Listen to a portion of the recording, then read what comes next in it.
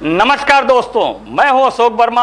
आप देख रहे हैं टीवी 20 न्यूज। देश और प्रदेश की खबरें देखने के लिए बने रहिए हमारे साथ। शुरू करते हैं खबरों का सिलसिला। नगर पंचायत क्षेत्र के खानपुर फतेह में शनिवार को वीरांगना फूलन देवी के शहादत दिवस पर श्रद्धांजलि सभा का आयोजन किया गया। डॉक्टर धर्मेंद्र निषाद राजू के नेतृत्व में आयोजित कार्यक्रम में लोगों ने फूलन देवी के चित्र पर पुष्प अर्पित कर उन्हें श्रद्धांजलि दी। सभा को संबोधित करते हुए डॉक्टर धर्मेंद्र निषाद ने कहा कि फूलन देवी का संघर्ष, साहस और सामाजिक न्याय के प्रति समर्पण आज भी समाज के वंचित वर्गों को प्रेरित करता है। कार्यक्रम में सुभाषपा के राष्ट्रीय प्रवक्ता अरुण राजभर ने भी श्रद्धांजलि अर्पित की और उनके जीवन संघर्ष को प्रेरणादायी बताया। कार्यक्रम की अध्यक्षता वीरेंद्र निषाद ने की तथा बड़ी संख्या में लोग उपस्थित रहे।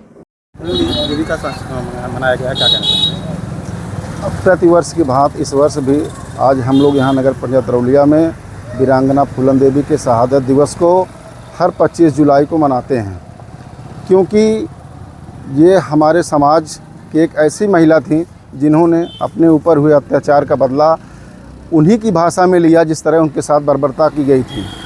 यह शहादत दिवस हम लोग उनके आत्मसम्मान में मनाते हैं, उनके द्वारा किए गए कार्यों के प्रति मनाते हैं और समाज में एक संदेश जाता है और भी महिलाएं उनसे सीख लेती हैं कि जब अत्याचार हद से ऊपर बढ़ जाता है तो औरत को हथियार उठाने पर मजबूर होना पड़ता है।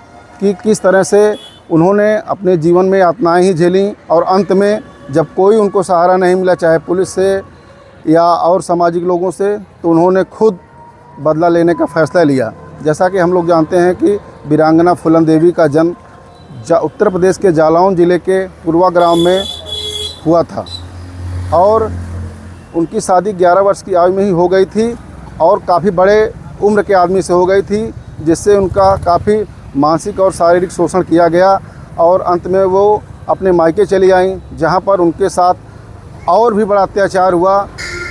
जो कई हफ्तों तक एक गिरोह ने उनको बंदी बना करके शारीरिक शोषण किया।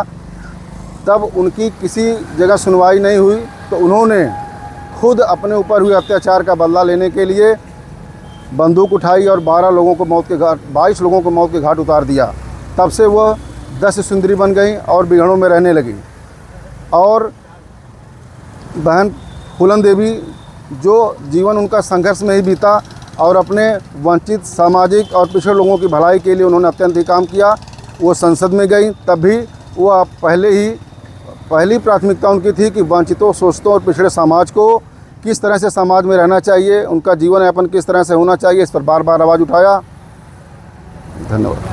सबसे पहले अपना परिचय दीजिए भैया, आज किस तरीका से फूलन देवी को मनाया गया इसके बारे में? जी, मेरा नाम सोनू निषाद है और हम लोग आज शहादत दिवस के रूप में फूलन देवी का जो मनाते हैं, इससे एक संदेश जाता है जनता में कि जिस पर भी अत्याचार होता है वो किसी न किसी बहाने, जब कहीं से कोई सहारा नहीं मिलता है तो उसका ज़मीर ही उसको आगे बढ़ाने के लिए अपना वो एक तरह से उनमें उत्तेजना आई कि उन्होंने जिस समाज ने उन पर अत्याचार किया उसको उन्हीं की भाषा में समझाते हुए उनका मुंह तोड़ जवाब दिया।